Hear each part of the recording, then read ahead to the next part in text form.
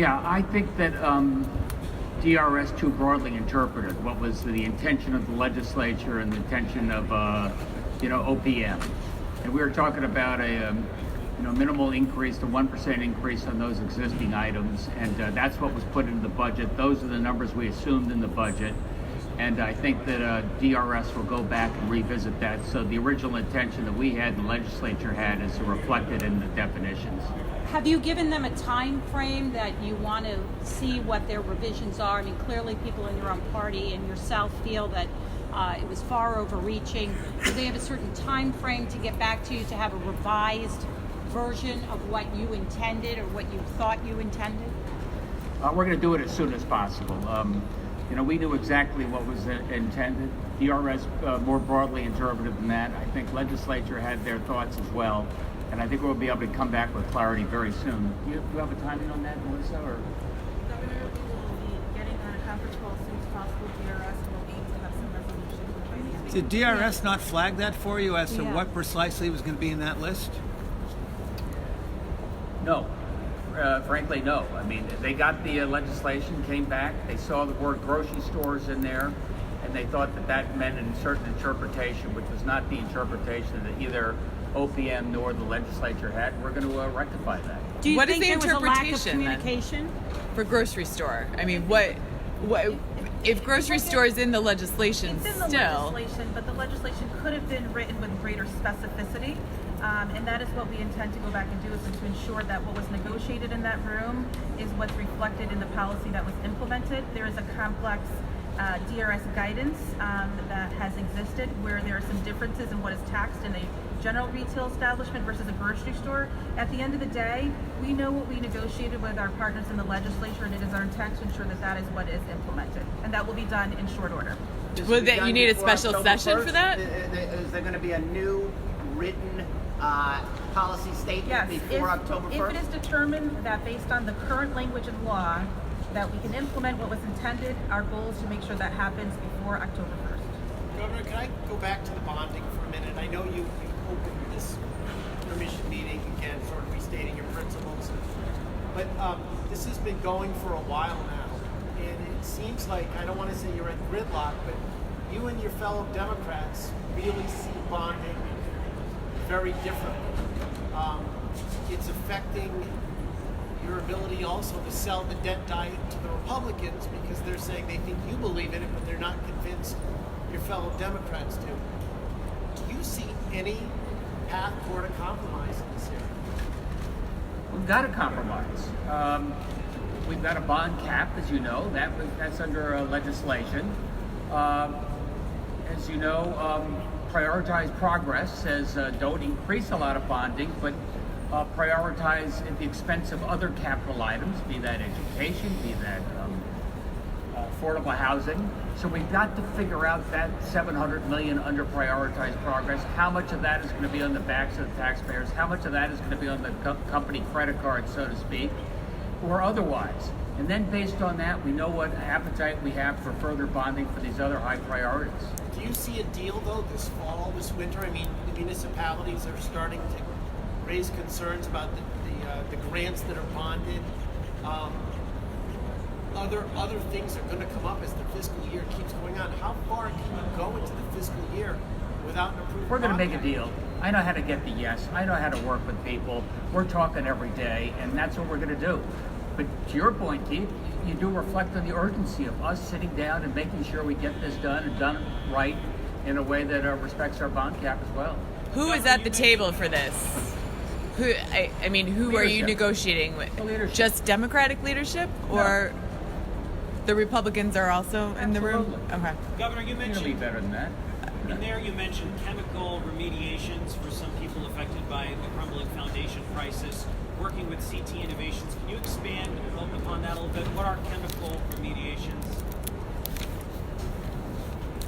I'm sort of shocked that after many years of Crumbling Foundations, we don't really have an idea of what the scope of the problem is in terms of hundreds of millions or billions of dollars.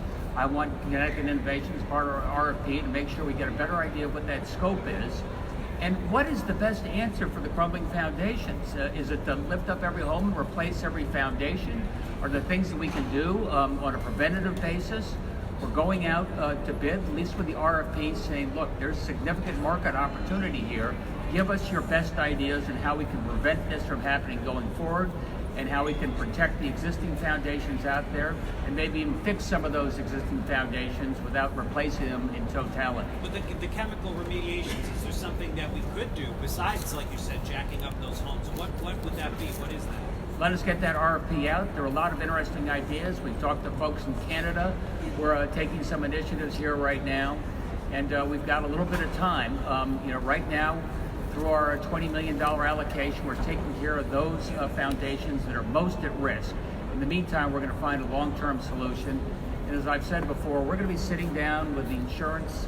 We're going to be sitting down with the banks. We'll be sitting down with FEMA. We're sitting down with all the stakeholders to come up with a real solution to this problem.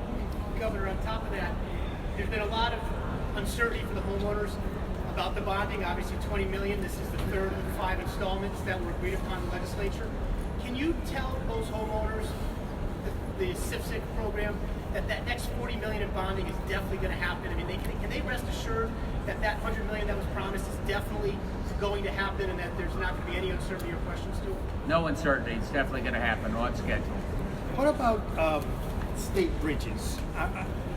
Do we know if there's any kind of issue with with the state bridges, with the concrete that was used to build some of these bridges? I don't know. I believe there was one in Stratford or something that might have been identified. I don't know if there's any issues with DOT, state I can tell you, infrastructure. has paid special attention to that. And also, as part of this design, we're going to look at every single building, bridge that was done out of that particular quarry. But when it comes to transportation, we paid special attention on that, and you can rest assured in terms of safety there. And in terms of, you just announced your appointments, public members to the Family and Medical Leave Insurance Authority, Paid Family Medical Leave Insurance Authority, and you announced your choice for chairman. I heard you a couple weeks ago speaking to a business group expressing your preference still for some sort of roles for private insurance companies in this new employee benefit. Where's your thinking today? My thinking today is I want to make sure that paid family and medical leave works. It's in the most efficient way we can possibly deliver it, be that public, be that private, be that Department of Labor, be it insurance. I want to make sure that the commission, Josh Cheval of DAS, is going to be chairperson of that. Make sure we have a fair process. We make sure that we deliver the benefits to the people on a timely basis. But you have been pretty adamant. As a matter of fact, you threatened to veto the bill because you, among other things, you didn't think that private insurance companies were offered enough an opportunity to participate. I mean, do you still favor having private management? I favor them having an opportunity to see what they can do in terms of management, just like we can do in-house. Look, I got to tell you, the private insurance guys are managing paid family and medical leave in states across the country. They do have a fair amount of experience here, but I'm not prejudging this. Let's do it in a way that is most benefit to the folks in need and most benefit in terms of the taxpayers as well. The most efficient way we can do this. Demis Claridis had some strong opinions about you last night and gave you a very low grade at the level of F-. Wondering your thoughts about that. I did read that. I've worked really hard to change the tone of this building. It was pretty tough the last number of years here, and I don't like the poison that I see in the state, in the federal capital as well, and coming out of the rhetoric. And so I was disappointed in that. I'm going to work every day. You've heard my mantra in terms of open door, rolled up the sleeves, working with Republicans and Democrats, trying to come up with the best solution. I never try and personalize these things. We can disagree on policy, but we disagree respectfully. So I think I still have some work to do with them. And going back to the food prepared tax, we spoke to some Republicans who want a special session. Is that something you need to think about at this point, or are you going to wait for the DRS review? Let's wait for the DRS review. I think we can do that, not necessarily with a special session. It's clarifying what was our intent, what was the legislature's intent when they voted on this. We can do that fast. And to Connecticut residents who are budgeting for their shopping bill, what should they expect as we reach October 1st? What should you tell them at this point? Tell them that what was in our original intent will be soon reflected in the law. What is soon?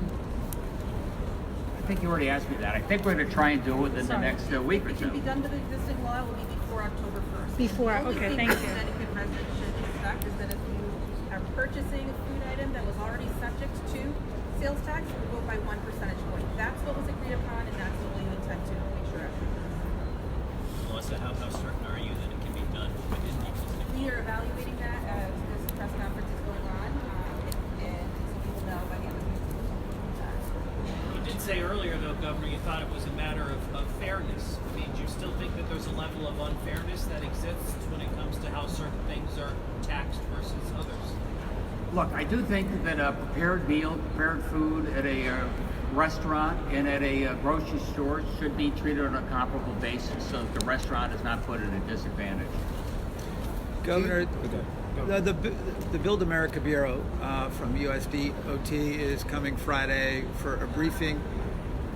To what extent should legislators expect that they're going to really offer an alternative to geo bonding, special transportation bonding, or tolling? Or is this simply something that's going to possibly be a way that to find something that can supplement what you're going to be eventually proposing? The question is about the fact that the Federal Department of Transportation is going to be coming up to Connecticut on Friday.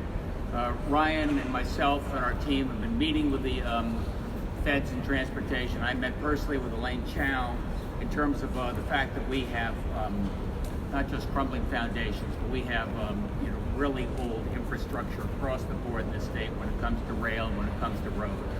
And we've had very constructive conversations with the Federal Department of Transportation, and I think they're going to come up and share their best advice with us. One of the things we found is I think we've been leaving some money on the table for a long time in this state. One of the reasons we spend billions more to Washington than we get back. And working very constructively with Transportation Washington, they've given us some insights on how we can accelerate things and make sure that we have federal leverage and federal dollars to help accelerate everything we've got to do to fix our roads and bridges. How much work do you think?